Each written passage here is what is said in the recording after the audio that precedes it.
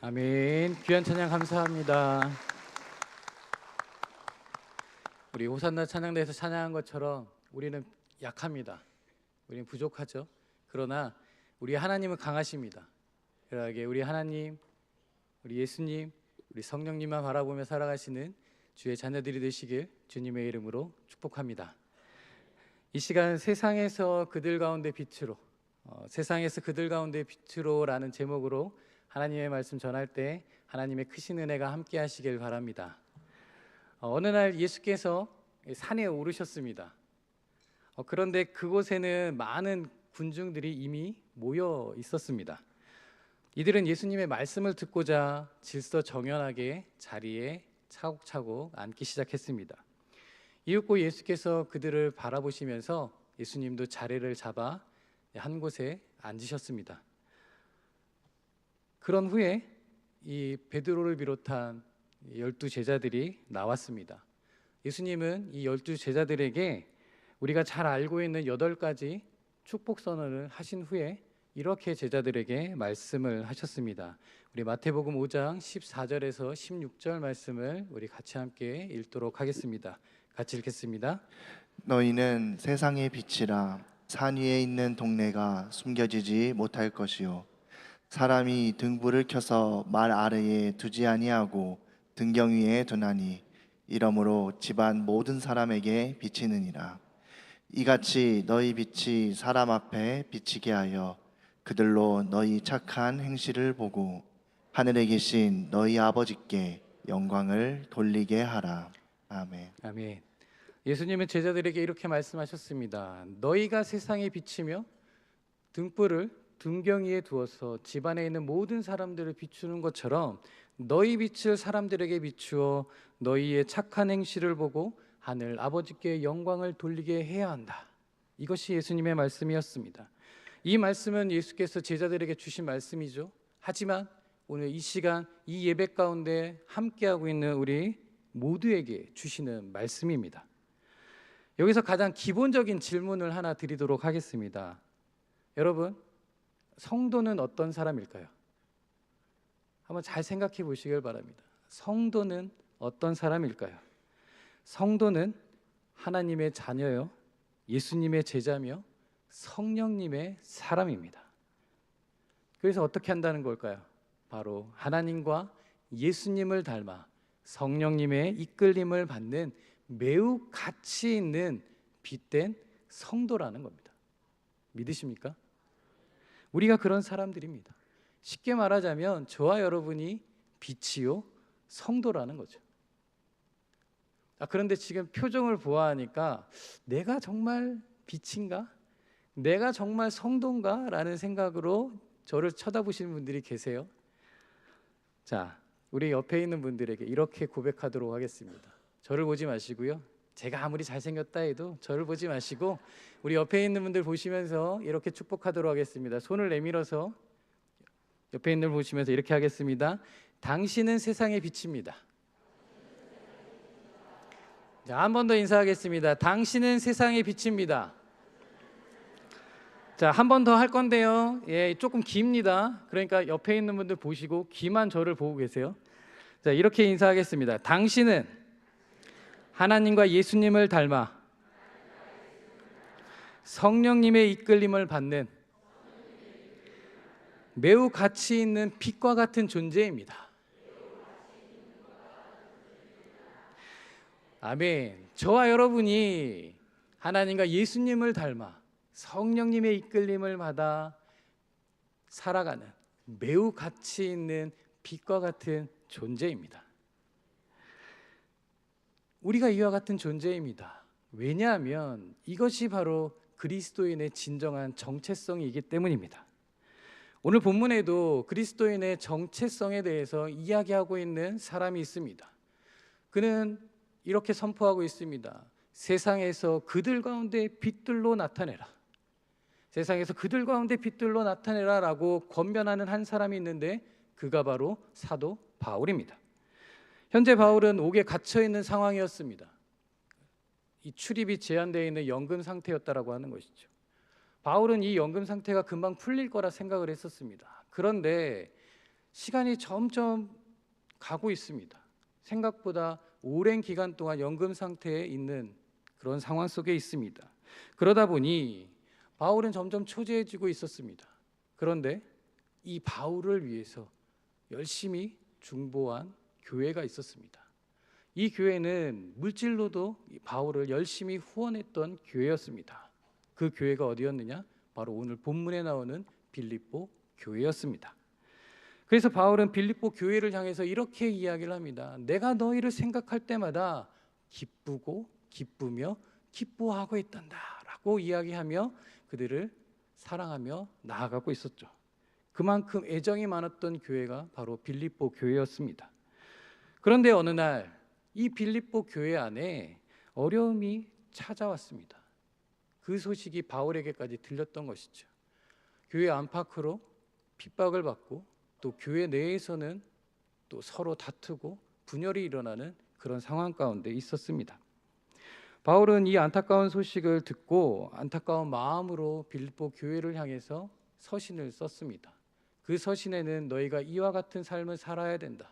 너희가 이렇게 살아내야 하나님께 영광을 돌릴 수 있다라는 실천적인 교훈을 담은 서신이었습니다. 그 가운데 바울은 오늘 이렇게 이야기하고 있는 것이죠. 너희는 세상에서 그들 가운데 빛들로 나타내야 된다. 이것이 우리의 본분이기 때문이다. 이것이 바울의 메시지였습니다. 그럼 예수님도 앞에서 말씀을 하셨고 또 사도 바울도 권면하는 세상에서 그들 가운데 빛들로 나타내려면 과연 우리는 어떠한 삶을 살아야 할까요? 먼저 우리 12절 말씀을 같이 함께 읽도록 하겠습니다. 12절 말씀 같이 읽겠습니다. 그러므로 나의 사랑하는 자들아, 너희가 나 있을 때뿐 아니라 더욱 지금 나 없을 때에도 항상 복종하여 두렵고 떨림으로 너희 구원을 이루라. 아멘. 아멘. 우리가 세상에서 빛들로 나타나기 위해서는 첫 번째 방법은 무엇인가? 바로 항상 복종하여 두렵고 떨림으로 우리의 구원을 이루어야 합니다. 바울은 12절 말씀 시작을 이렇게 시작하고 있죠. 그러므로라고 시작을 하고 있습니다. 여기 그러므로는 무슨 뜻이냐? 바로 앞의 일에 대한 결론을 이야기하고 있습니다. 그럼 앞의 일이 무엇인지를 봐야겠죠. 앞의 일은 우리가 지난번에 보았던 빌립보서 2장 1절에서 11절까지의 말씀입니다. 그 말씀 가운데 이렇게 되어져 있습니다. 교회 공동체 안에서 성도 간의 일치를 위해서 서로 합심하고 겸손함으로 상호 간에 돌봄이 있어야 한다라고 하는 것. 그런데 그것으로 끝나는 것이 아니라 어떻게 해야 된다고요? 신앙의 표본이신 예수께서 자신을 낮추심으로 지극히 높아지신 것처럼 너희 역시 주님의 마음을 닮은 삶을 살아야 한다. 이것이 바로 빌립보서 2장 1절에서 11절까지의 말씀입니다. 그럼 바울이 왜 이렇게 말씀을 했을까요? 왜 이렇게 바울이 이야기를 했을까요? 그것은 지금 빌립보 교회가 그렇게 살아내지 못하고 있었기 때문입니다. 그렇기 때문에 바울은 이 사실에 대해서 분명하게 이야기하고 있는 것이죠. 우리의 삶을 한번 돌아보도록 하겠습니다. 과연 우리는 이와 같은 삶을 살고 있는가? 이와 같은 삶을 살아내고 있는가? 한번 우리 자신을 돌아보시길 바랍니다. 그래서 바울은 오늘 다시금 상기시키고 있는 겁니다. 그래서 그 처음 시작을 뭐라고 이야기하죠? 항상 복종하여. 항상 복종해야 된다라고 이야기합니다. 이 말을 직역해 보면 이것입니다. 너희가 항상 복종하였던 것처럼. 과거죠. 너희가 항상 복종하였던 것처럼입니다. 이 말은 무엇이냐면 바울은 과거에 복종하지 않았던 자들에게 이야기하고 있는 것이 아니라 과거에 열심을 다해서 복종했던 사람들에게 이야기하고 있습니다. 그 말은 무엇이냐? 지금 현재는 하나님께 복종하지 않는다라는 거예요.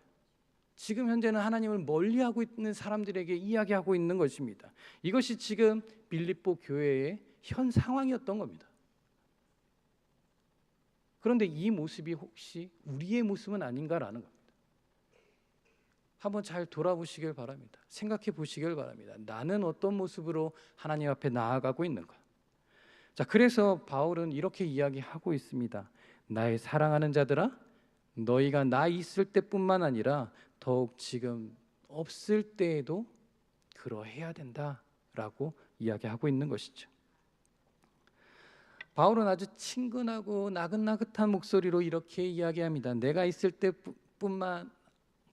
때에만 잘하는 것이 아니라 내가 없을 때에도 너희들은 잘해야 돼라고 이야기하고 있는 것이죠.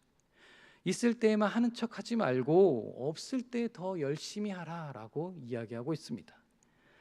여러분, 항상 복종하시길 바랍니다. 목소리가 너무 작으신데요.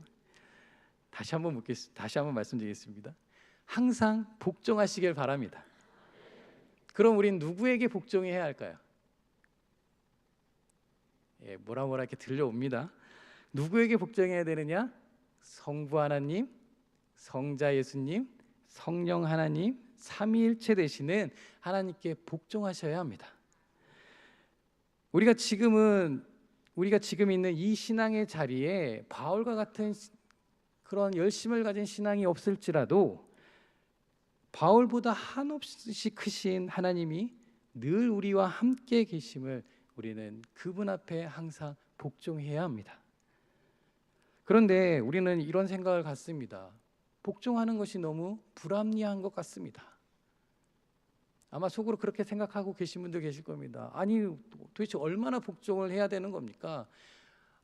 이거 불합리한 거 아닙니까? 라고 이야기하신 분도 계실 겁니다. 그런데 왜 그런 이유를 갖느냐?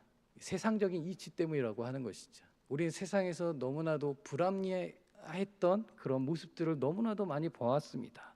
그렇기 때문에 그런 이유들로 인해서 항상 복종해야 되는 건가? 라는 의심을 갖게 된다라고 하는 것. 지금도 그런 이유로 인해서 여럿이 다투고 있는 상황 속에 있죠. 하지만 하나님께 복종한다라는 것은 다른 의미입니다. 성도님들 가운데 하나님께 복종하여서 억울했던 적 있으십니까? 혹시 나는 억울했습니다 라고 하시는 분도 한번 손을 들어보시길 바랍니다. 나는 불합리했습니다 라고 생각하시는 분 있으시면 손을 한번 들어보시길 바랍니다. 그런 적이 있으십니까? 없으시죠? 왜 그럴까요? 왜 우리는 하나님 앞에 복종했는데 억울하지 않고 불합리하지 않을까요? 그것이 복되기 때문입니다. 그것이 바로 은혜롭기 때문입니다.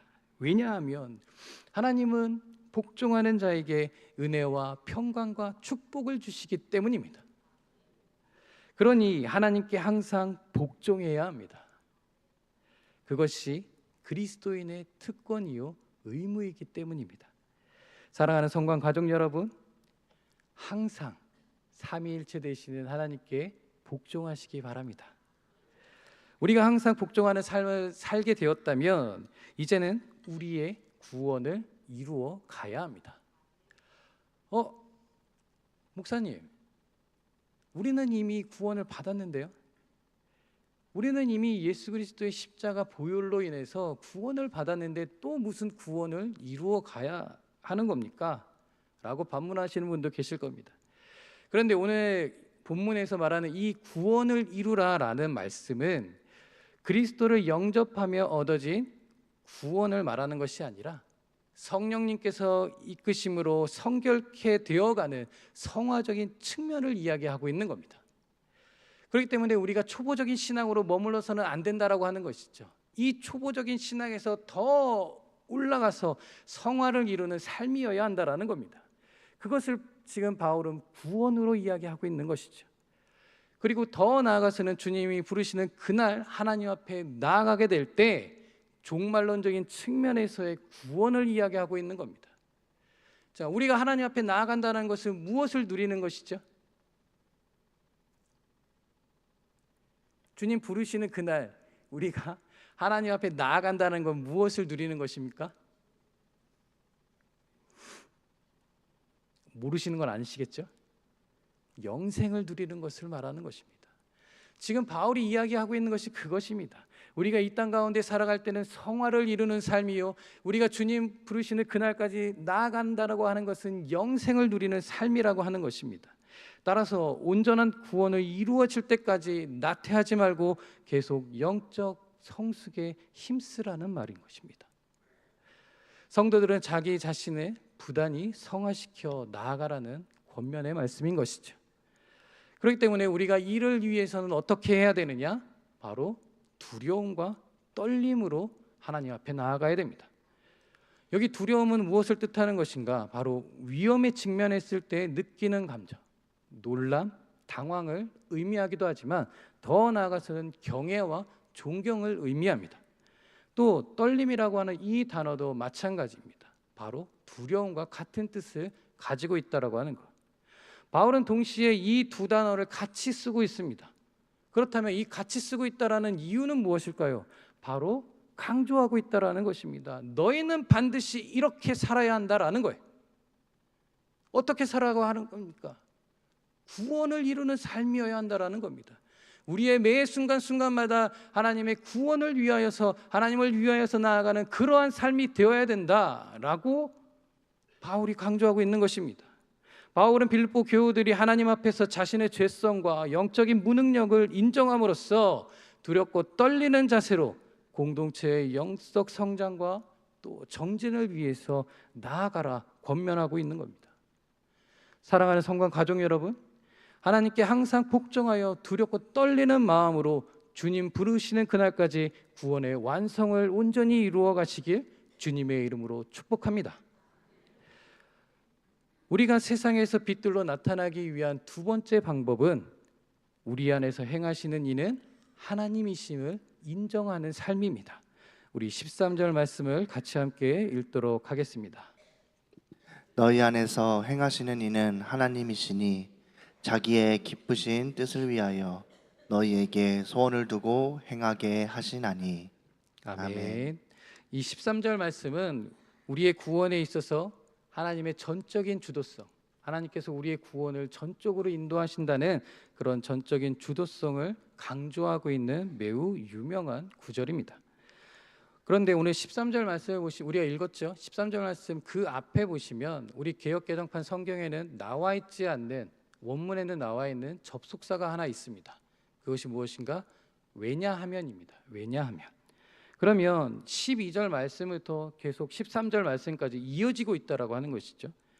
이런 이야기입니다. 성도가 항상 복종하여서 두렵고 떨림으로 구원을 이루어 나가야 하는데, 왜냐하면 너희 안에 행하시는 이는 하나님이시기 때문이다. 이것을 고백하기 위함입니다. 그래서 바울은 12절 말씀에 구원을 이루라는 이 측면을 인간적인 편에서 인간적인 노력이 있어야 함을 이야기했다면, 13절에서는 인간적인 편에서 이렇게 노력해야 되는 이유가 무엇인가? 바로 하나님의 역사에 있음을 강조하기 위함이란 겁니다. 이 의미는 하나님이 성도 안에서 일하시기 때문에 성도가 능히 자기의 구원의 완성을 이룰 수 있다라는 강조하는 말씀이라는 것이죠. 자, 그렇다면 한번 이 시간 여러분에게 질문을 해보도록 하겠습니다. 자, 손을 가슴에 대시고 눈을 감으시길 바랍니다. 눈 뜨지 마시고요. 실눈도 뜨지 마시고요. 한번 이 시간 제가 질문을 할 때 예, 아니오로 대답해 주시길 바랍니다. 첫 번째, 나의 안에 역사하고 계시는 분이 있으십니까? 다시 한번 묻겠습니다.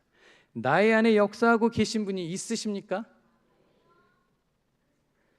자, 내 안에 역사하고 계신 분은 하나님이 맞습니까?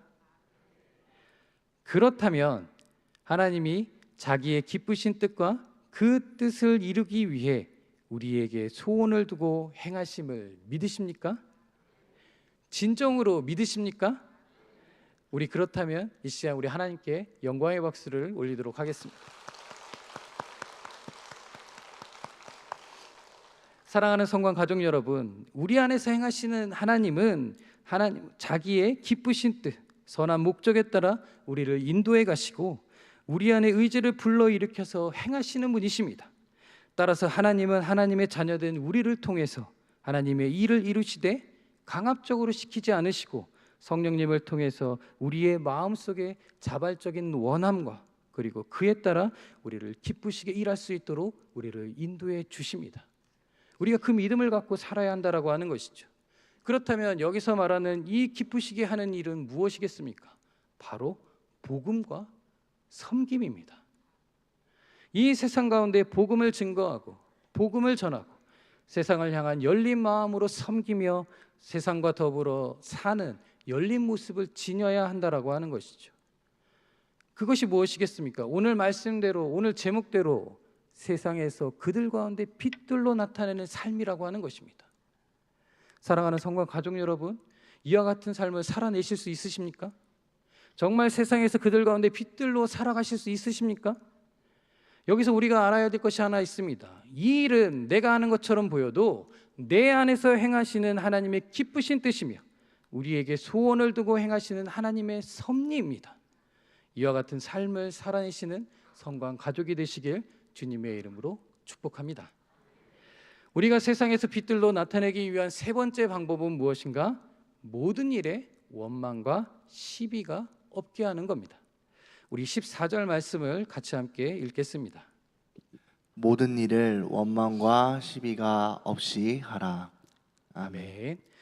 우리가 우리의 인생길을 살아가면서 세상에서나 교회에서나 어느 자리에 있든지 우리가 하지 말아야 될 것이 있는데 바로 이것이 원망과 시비입니다. 남을 원망하거나 남이 나와 맞지 않다고 해서 그에게 시비를 거는 행위, 그런 행위들을 하지 말아야 된다는 것이죠. 우리는 너무나도 이런 모습들을 잘 봐왔습니다. 많은 공동체가 이런 모습으로 깨지고 사회적으로 지탄을 받고 그 공동체에 속해 있던 개인들은 어떻게 되었습니까? 상처를 받고 낙심하여 떠나는 일들이 비일비재했다라고 하는 것이죠. 그럼 오늘 본문에 나오는 이 원망과 시비는 정확히 어떤 뜻을 갖고 있을까요? 원망은 불평을 품고 수군거리다라는 뜻이고, 시비는 악한 생각으로부터 나오는 불안한 생각, 의심, 논쟁, 다툼 등을 말합니다. 성경에 보면 원망과 시비를 잘 보여주는 성경이 있습니다. 바로 민수기인데요. 민수기에 보시면 이스라엘 백성들이 출애굽을 하여서 광야를 지날 때 무려 10번이나 원망했다라고 기록을 하고 있습니다. 근데 이것을 누가 기록하고 있느냐? 누가 말하고 있느냐? 하나님이 말하고 계십니다. 하나님이 발설하셨다라고 하는 것이죠. 자, 그렇다면 하나님께서 어떻게 말씀하셨는가 우리 함께 보도록 하겠습니다. 민수기 14장 22절에서 23절 말씀입니다. 내 영광과 애국과 광야에서 행한 내 이적을 보고서도 이같이 10번이나 나를 시험하고 내 목소리를 청종하지 아니한 그 사람들은 내가 그들의 조상들에게 맹세한 땅을 결단코 보지 못할 것이요 또 나를 멸시하는 사람은 한 사람도 그것을 보지 못하리라. 아멘. 하나님은 이스라엘 백성들이 원망하는 소리를 참고 참으셨습니다.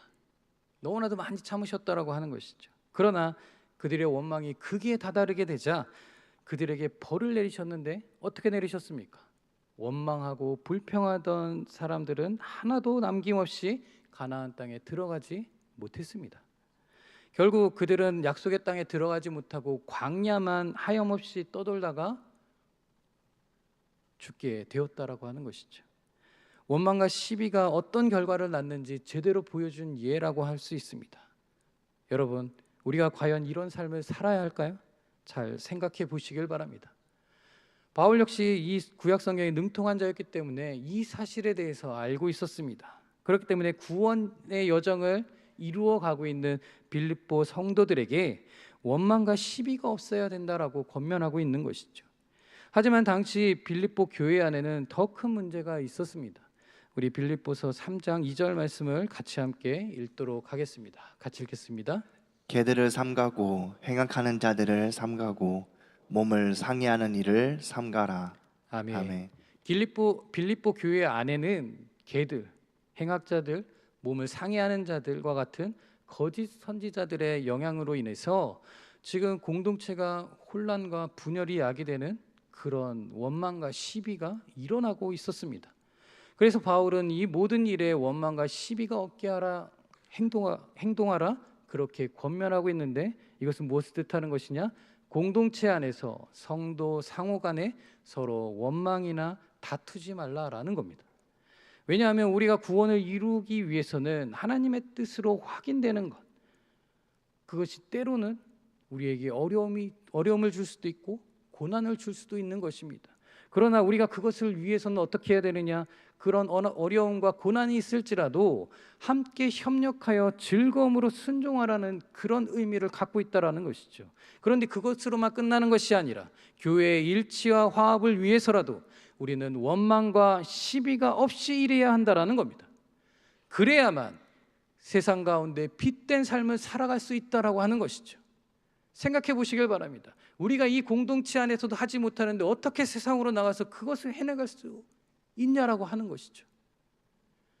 바로 이 안에서부터 우리는 원망과 시비가 없는 삶으로 함께 이루어 나가야 한다라는 것입니다. 사랑하는 성관 가족 여러분, 원망과 시비는 실패와 좌절의 지름길입니다. 원망과 시비에 몸을 맡기면 바람직한 사람이 될 수가 없습니다. 이것들은 우리 모두가 공히 회개해야 할 죄악입니다.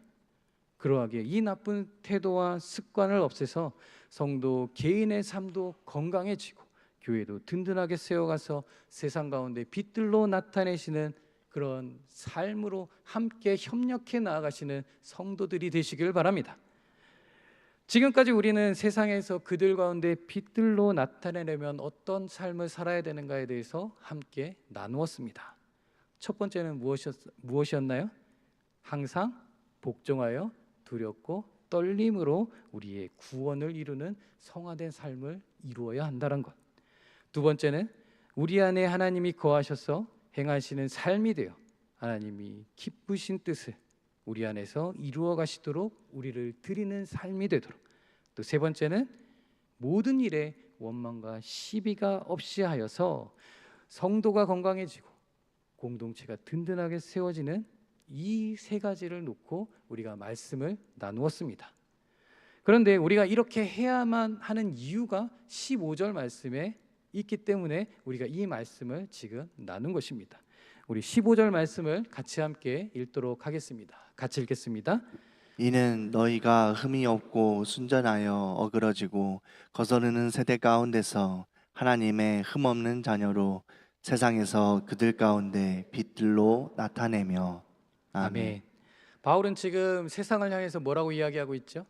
어그러지고 거스르는 세대라고 이야기하고 있습니다. 그렇다면 여기 어그러졌다라는 것은 무엇이다? 사악한, 불공평한, 무정한이라는 뜻을 가지고 있는데 이것을 풀이해 보면 이렇습니다. 하나님이 법이 제시하는 똑바른 길을 우리가 가야 되는데 지금 어떤 상황이다? 벗어나고 있다라는 것입니다. 좌우로 흔들리고 있다라고 하는 것이죠. 바로 이 좌우로 흔들려서 왜곡된 상태를 이야기하는 것이 어그러졌다라는 것이고, 거스르다라는 뜻은 무엇이다? 그르치다, 곡해하다, 뒤틀리다, 타락시키다는 뜻이 있습니다. 이 뜻은 이미 정도에서 벗어나서 왜곡된 상태를 말하고 있는 것이죠. 둘 다 똑같은 뜻을 가지고 있습니다. 그런데 바울이 지금 이렇게 표현하고 있다는 겁니다. 어그러지고 거스르는 세대. 여러분, 우리가 살고 있는 시대가 이렇습니다. 지금 너무나도 많은 것을 우리가 보고 있지 않습니까? 하나님의 뜻대로 산다면, 하나님의 은혜대로 산다면 과연 세상 가운데 저런 일이 일어날 수 있을까라는 일들이 지금 우리 안에서 비일비재하게 일어나고 있습니다. 그런데 지금 이 어그러지고 거스르는 이 세대라는 이 말씀이 오늘 우리에게만 해당되는 것이 아니라 이스라엘 백성들에게도 해당됐다라는 겁니다. 우리 신명기 32장 5절 말씀을 우리 같이 함께 읽도록 하겠습니다. 그들이 여호와를 향하여 악을 행하니 하나님의 자녀가 아니요 흠이 있고 삐뚤어진 세대로다. 아멘. 모세가 지금 뭐라고 이야기하고 있습니까? 흠 있고 삐뚤어진 세대라고 이야기를 합니다. 이 말은 무엇일까요? 모세 때나 바울 때나 지금이나 똑같다라는 겁니다. 똑같다라고 하는 것. 어느 시대를 이야기해도 그 시대가 모두가 다 어그러지고 거스르는 세대였다라는 겁니다. 그 말은 무엇이냐? 우리 모든 시대의 모든 성도들, 모든 그리스도인들이 다 어그러지고 거스르는 세대 속에 있었다라는 겁니다. 그 한복판에 우리가 서 있다라고 하는 것이죠. 저와 여러분, 아니 이전 세대의 모든 신앙의 선조들도 그들 역시 어그러지고 거스르는 세대 속에 그 한복판에 서 있던 자들이라는 겁니다. 어느 시대든지 다 영적 전쟁터였다라고 하는 것이죠. 그러면서 바울이 이렇게 이야기하고 있는 겁니다. 이런 어그러지고 거스르는 이 세대 속에서 우리가 무엇으로 살아야 되느냐? 흠없고 순전한 삶이 되어야 한다라는 겁니다. 여기 흠없고 순전하다 하는 것은 무엇이다? 하나님이나 사람으로부터 비판이나 비난받을 것이 없는 순결하고 깨끗한 삶을 살아야 한다라는 겁니다. 그것이 바로 하나님의 흠없는 자녀라고 하는 것이죠. 한번 잘 생각해 보시길 바랍니다. 나는 세상 가운데 어떤 삶을 살아가고 있는가? 내 주변 사람들로부터 나는 어떤 평가를 받고 있는가? 한번 돌아보시길 바랍니다. 돌아보셔서 참 괜찮다. 저분만 보면 정말 그리스도인의 삶을 사는 것 같다라는 그런 평을 들으신다면, 담임 목사님이 잘 얘기하시는 거 있죠. 저 사람은 예수쟁이야 라고 그런 삶을 살고 계신다면 여러분의 삶은 잘 살아오신 겁니다. 여러분 자신을 칭찬하셔도 됩니다.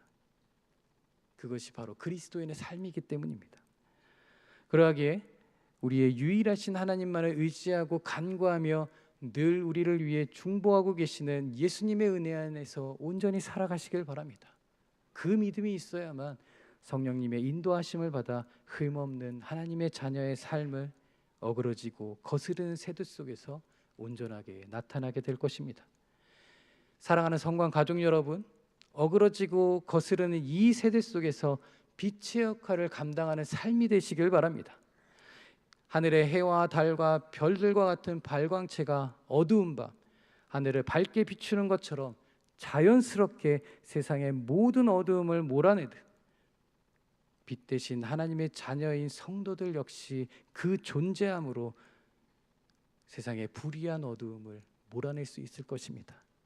그러하게 세상에서 그들 가운데 빛들로, 그것도 정오와 같은 밝은 빛으로 드러나게 될 것입니다. 이와 같은 은혜의 모습으로 살아가시는 우리 모든 성관 가족들이 되시길 주님의 이름으로 축복합니다. 우리 옆에 있는 분들에게 마지막으로 같이 함께 이렇게 축복하도록 하겠습니다. 세상 가운데 빛들로 살아갑시다. 세상 가운데 빛들로 살아가시는 성관 가족들이 되시길 주님의 이름으로 축복합니다. 우리 같이 함께 기도하도록 하겠습니다. 사랑과 은혜가 충만하신 아버지 하나님, 하나님께서 복된 날을 허락하여 주셔서 하나님 우리에게 귀한 말씀을 허락해 주심을 감사합니다. 우리가 온전한 그리스도인으로서 세상 가운데 빛들로 나타나는 삶이 될 수 있도록 인도하여 주시옵소서. 그리하여서 세상 가운데 있던 모든 어두움을 몰아내고 정말 세상 가운데 하나님의 빛으로, 예수님의 빛으로, 성령님의 빛으로 온전하게 세워갈 수 있는 우리의 삶이 되도록 인도하여 주시옵소서. 예수님의 이름으로 감사하며 기도드립니다. 아멘. 우리 다 같이 일어나셔서 우리 결단송 성령이 오셨네 찬양하고 축도함으로 오늘 예배를 마치도록 하겠습니다.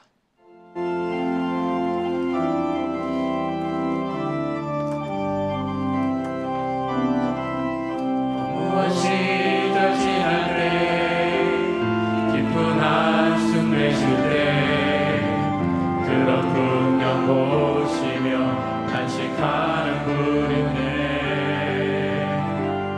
보아라시 너희를 버려두지 않으리 내가 너희와 영원히 함께하리라.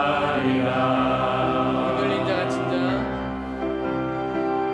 억눌린 자 갇힌 자 자유함이 없는 자 피난처가 되시는 성령님 계시네. 주의 영이 계신 곳에 참 자유가 있다네. 진리의 영이신 성령이 오셨네. 우리 두 손 높이 들고 성령이 오셨네. 성령이 오셨네. 성령이 오셨네. 내 주에 보내신 성령이 오셨네.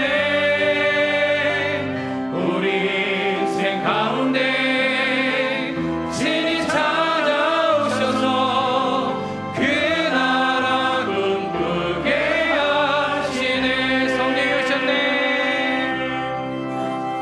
성령이 오셨네. 성령이 오셨네. 내 주에 보내신 성령이 오셨네. 우리 인생 가운데 친히 찾아오셔서 그 나라 꿈꾸게 하시네.